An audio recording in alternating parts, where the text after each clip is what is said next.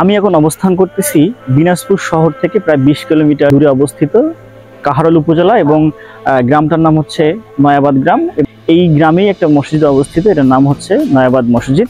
মসজিদটি 18 শতকের ওইদিকে নির্মাণ করা হয়েছে। এখানে পাশেই যে কান্তজির মন্দির রয়েছে, সেখানকার যে মুসলিম স্থাপত্যরা ছিল তারা আসলে এই মসজিদটি নির্মাণ করেন।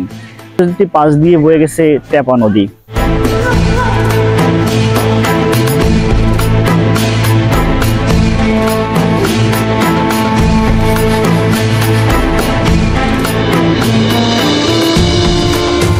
আজ থেকে প্রায় 300 বছর আগে 1722 সালে তৎকালীন দিনাজপুরের মহারাজা প্রাণনাথ বর্তমান কাহারোল উপজেলার কান্তনগর গ্রামে একটি মন্দির নির্মাণের জন্য মধ্যপ্রাচ্য থেকে একদল কারিগর নিয়ে আসেন।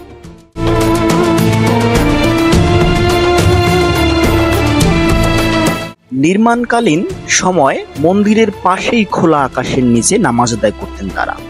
এরই মধ্যে কারিগরদের প্রধান নেয়াজ ওরফে কালুয়া মিস্ত্রি মহারাজার দরবারে গিয়ে সব মিস্ত্রিদের থাকা এবং ধর্ম পালনের নিমিত্তে একটি মসজিদ নির্মাণের জায়গা চান।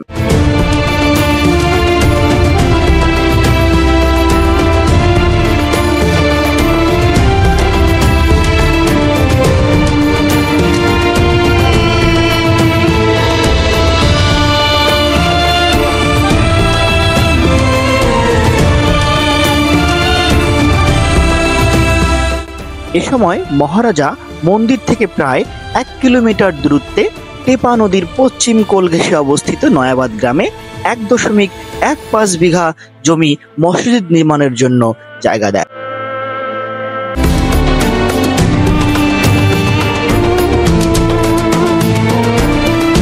এছাড়া মসজিদের পাশে থাকার জন্য বাড়ি নির্মাণ করার নির্দেশ দেন মহারাজা প্রাণনাথ।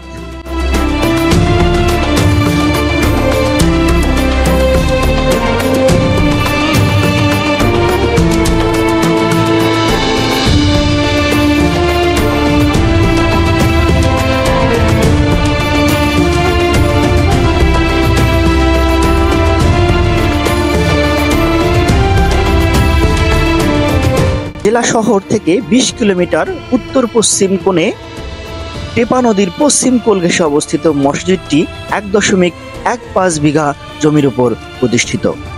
বর্তমানে মসজিদটি প্রত্নতত্ত্ব বিভাগের অধীনে চলছে উন্নয়ন এবং সংস্কার কাজ।